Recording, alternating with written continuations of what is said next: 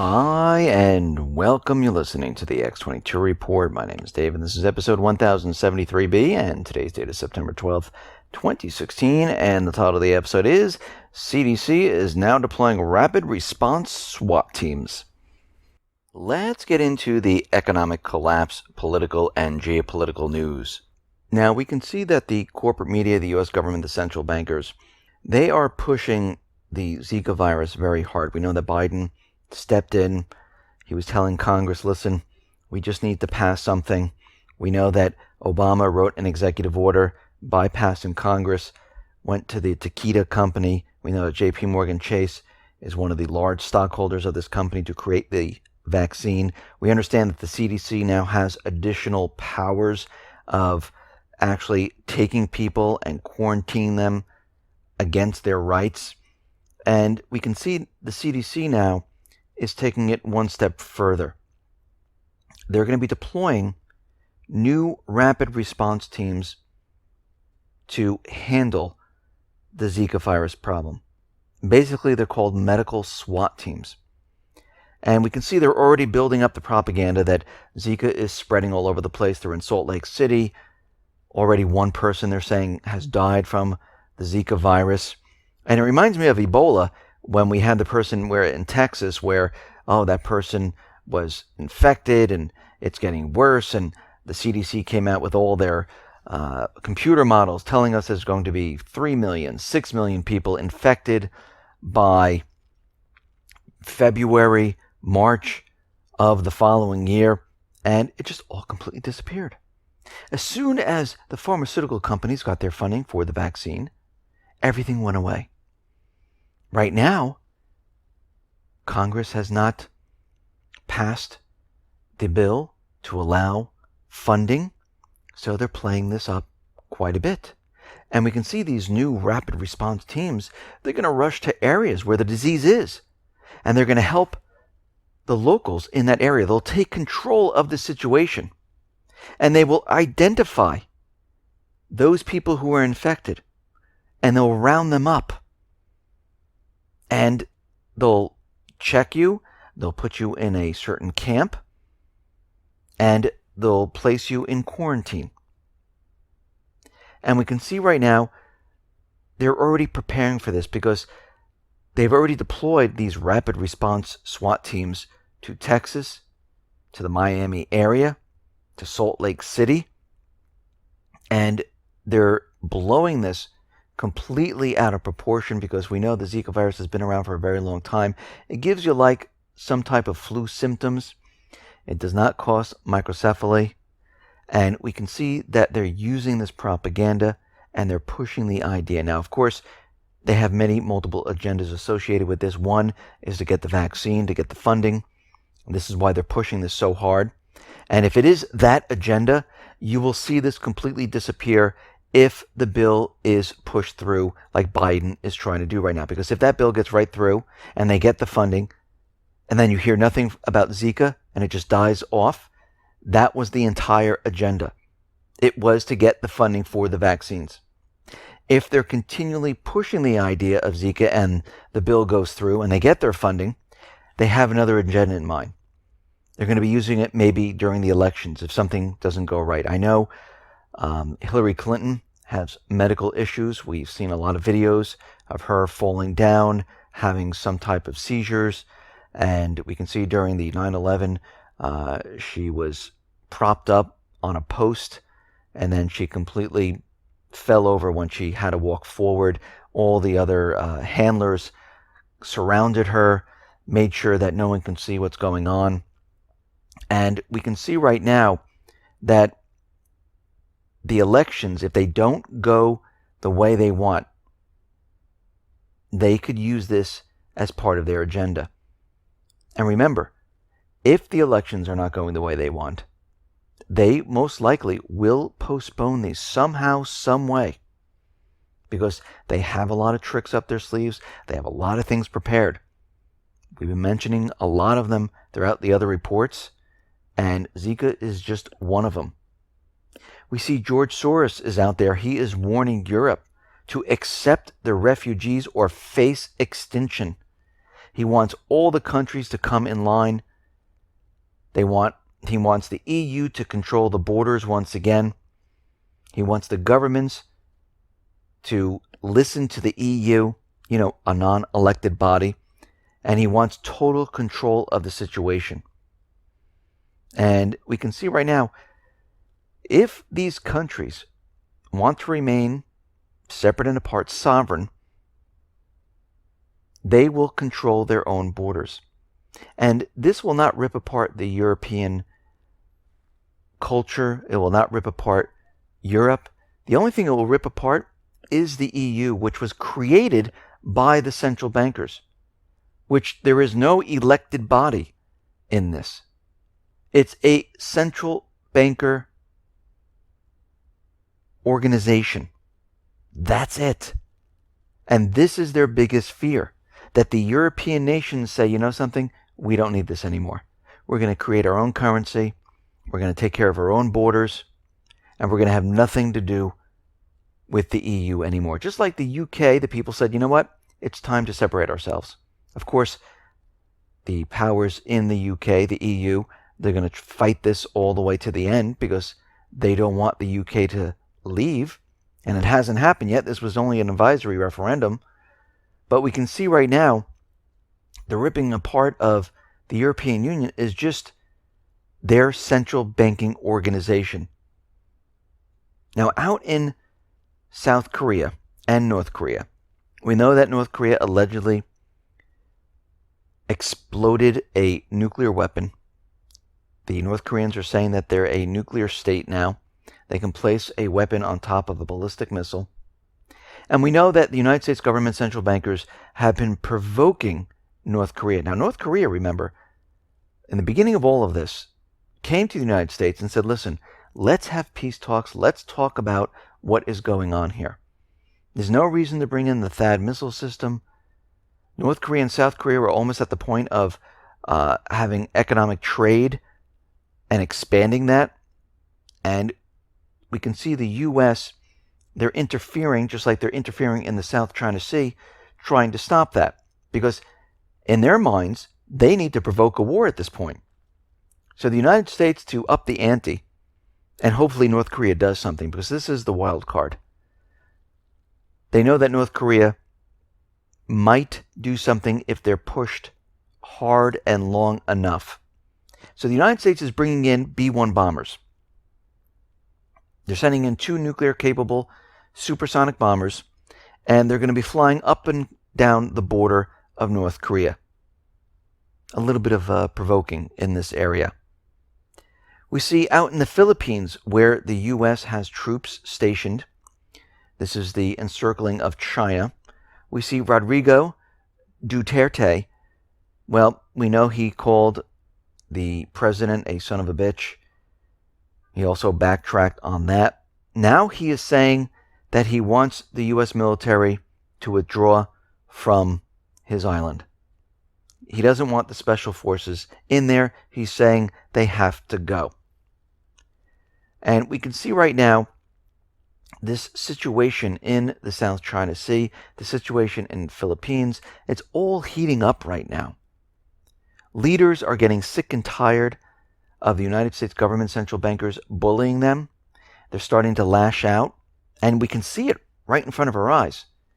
Because if you really think about it, the United States is, telling countries what to do, saying if you don't do this, this is going to happen. So you need to be on board. And of course, they give them funds.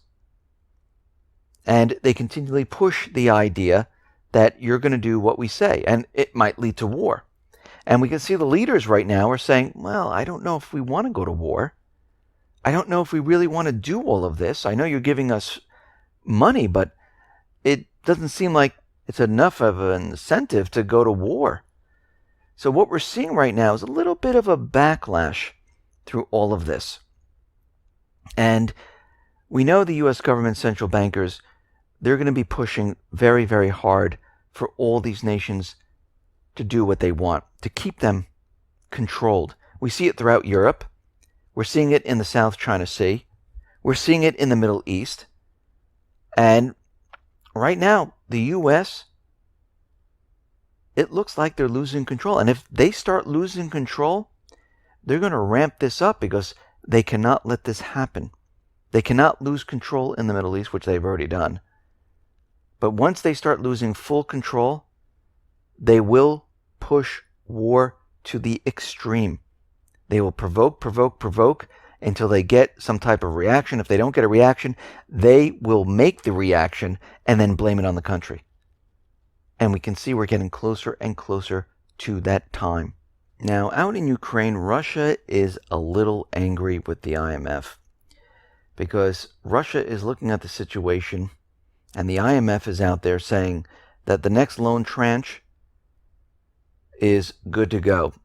Ukraine meets all conditions. And Russia is out there, and they're saying, whoa, just a minute. Kiev owes Russia $3 billion in repayment and servicing of external bonds owned by Russia, and they expired in December of 2015. So the conclusion by the IMF that states that all conditions for obtaining the next tranche were met by Ukraine is unreasonable and false. And of course, the IMF, which is controlled by the United States, they don't care. They want to continually fund Ukraine, put them into debt, because, again, they didn't get what they paid for. They want the entire country of Ukraine. And they will be making their move to get it. They've tried many times already. And now we have the United States Armed Forces inside of Ukraine, bringing in military advisors, which are combat-ready soldiers, just like we're seeing in Iraq, Syria, Libya, Yemen. They're getting ready for an offensive. Now, China has announced that they're going to be having a Russian-China Navy drill, which is going to be the largest ever in the South China Sea. And we can see why this is happening. And this is going to be held about 8 days, and they're going to have naval drills in this area. And this is going to be starting today. This is called the Joint Sea 2016 exercise. It will feature surface ships, submarines, fixed-wing aircraft, shipborne helicopters, and Marines.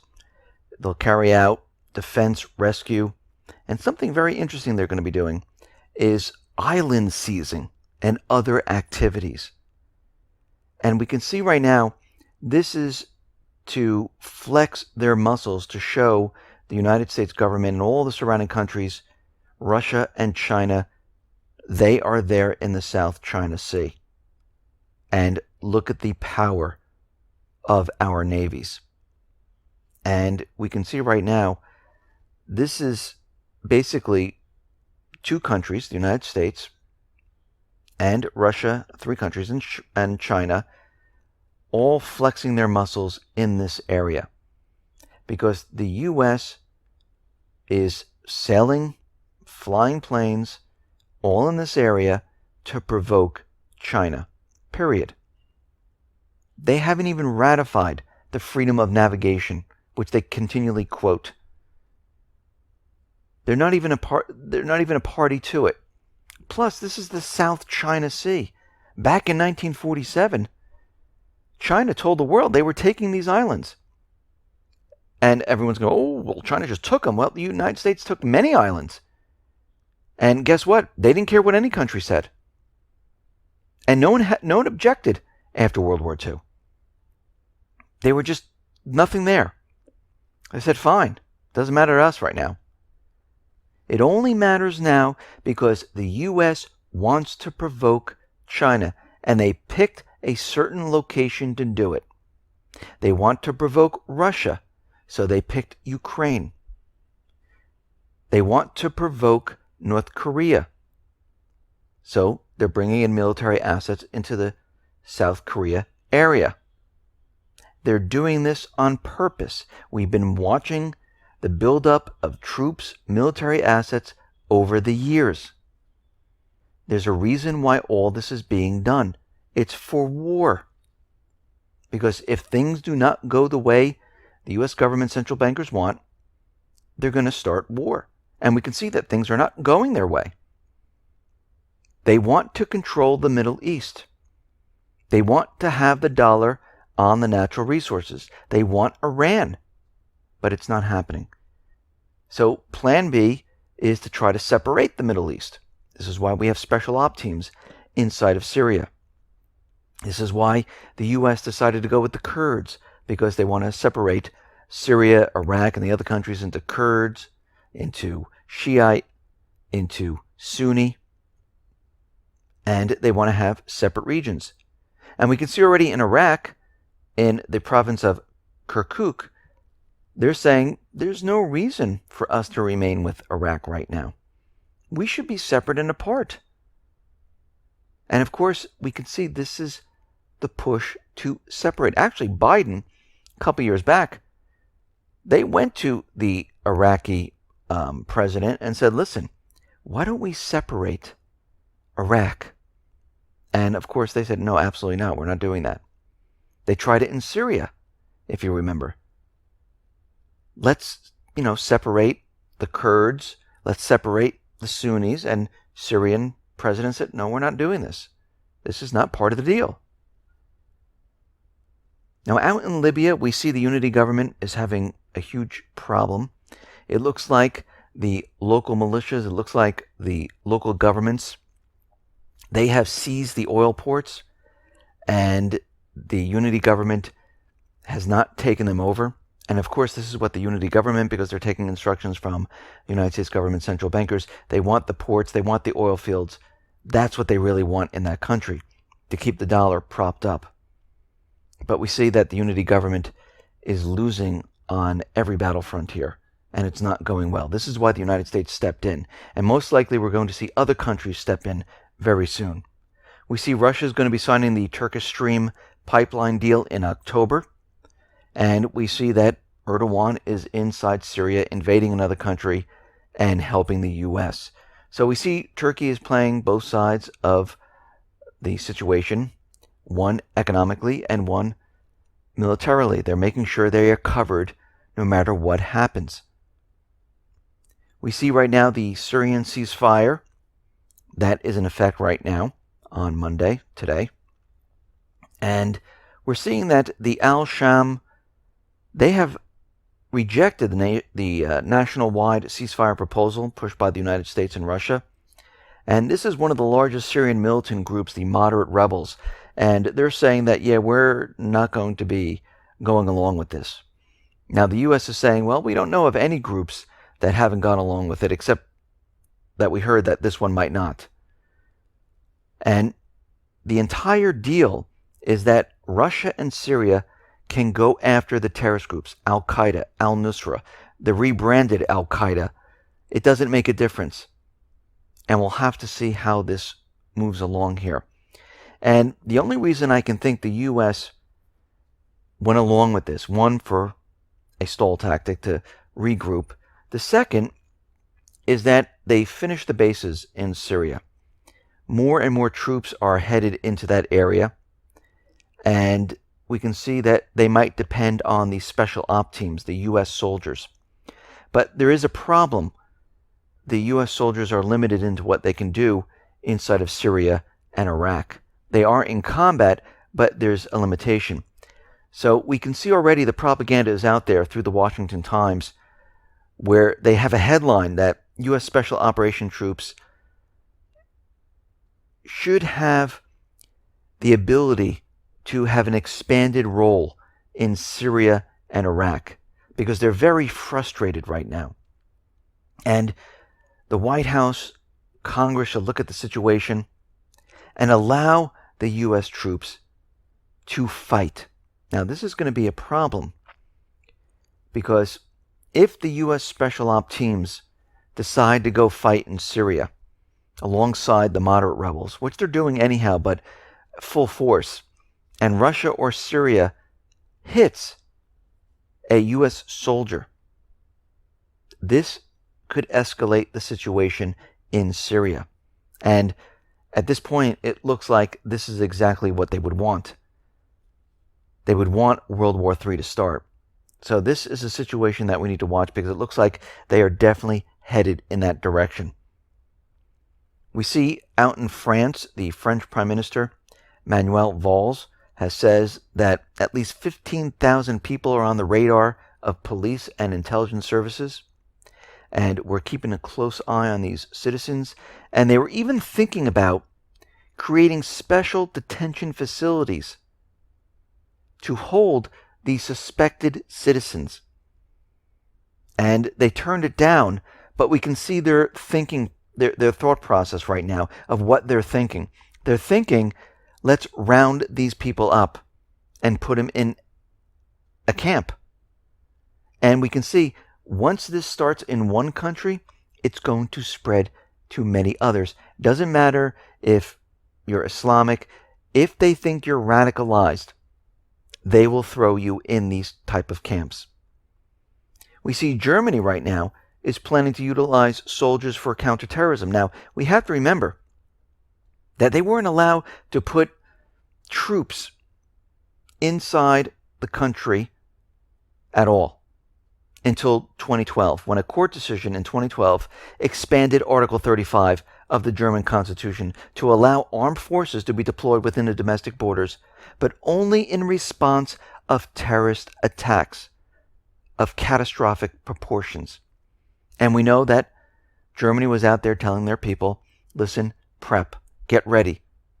At least have preps for 10 days. Something is coming. And we can see that whenever they put this type of legislation forward and they vote on it and it passes, it's always for an agenda. It's amazing back in 2012 how they were able to plan this out, pass this for terrorist attacks. And all of a sudden, we're having many terrorist attacks. This was all pre-planned. They knew this was going to happen. This is why this legislation was introduced. Every piece of legislation is pre-planned. They have an event. They try to get it passed. We see it with Zika right now. We see it with gun control, where they continually have all these events. But we can see right now that France and Germany, well, they are planning to strengthen the European defenses by establishing a joint military headquarters and completely unifying the EU's army, allowing the bloc to trigger EU operations more easily. Now, there was a 6-page document which outlined the plan prepared by French defense minister and the counterpart of German's counterpart. And we can see right now the proposal includes setting up a joint permanent EU military headquarters to oversee European deployments overseas. And this EU forces that they're creating right now is going to be separate and apart from the country's forces.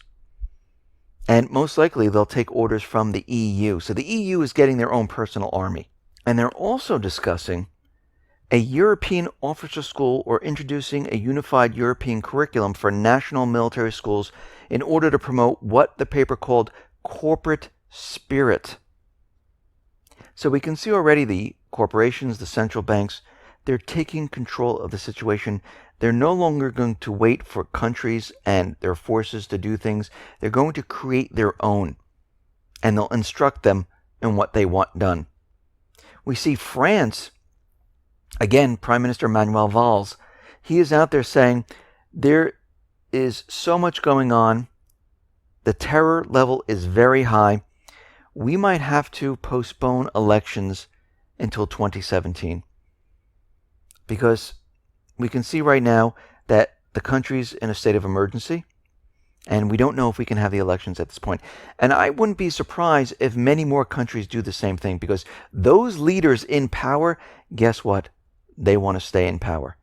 And they can see right now from the polls and the way the people are, that they might not be voted back into office. So it looks like throughout Europe, here in the United States, those individuals in power, it looks like they're making a push to stay in power.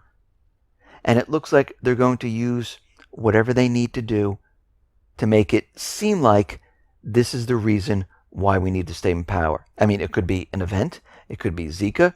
It could be a physical attack. It could be a cyber attack. It can be anything, but they're going to use it. They're going to make a case to convince the people this is why we need to stay in office. And I'm looking at the situation right now, looking at all these indicators, and what I'm seeing right now is that many countries are going to follow along in this. And we can see that all of this is leading us to one place and one place only, and that is war. The system is coming down. It's collapsing. They have no choice at this point. Listen, everyone, thanks a lot for listening. Be well, be safe, and especially be prepared. Thanks a lot.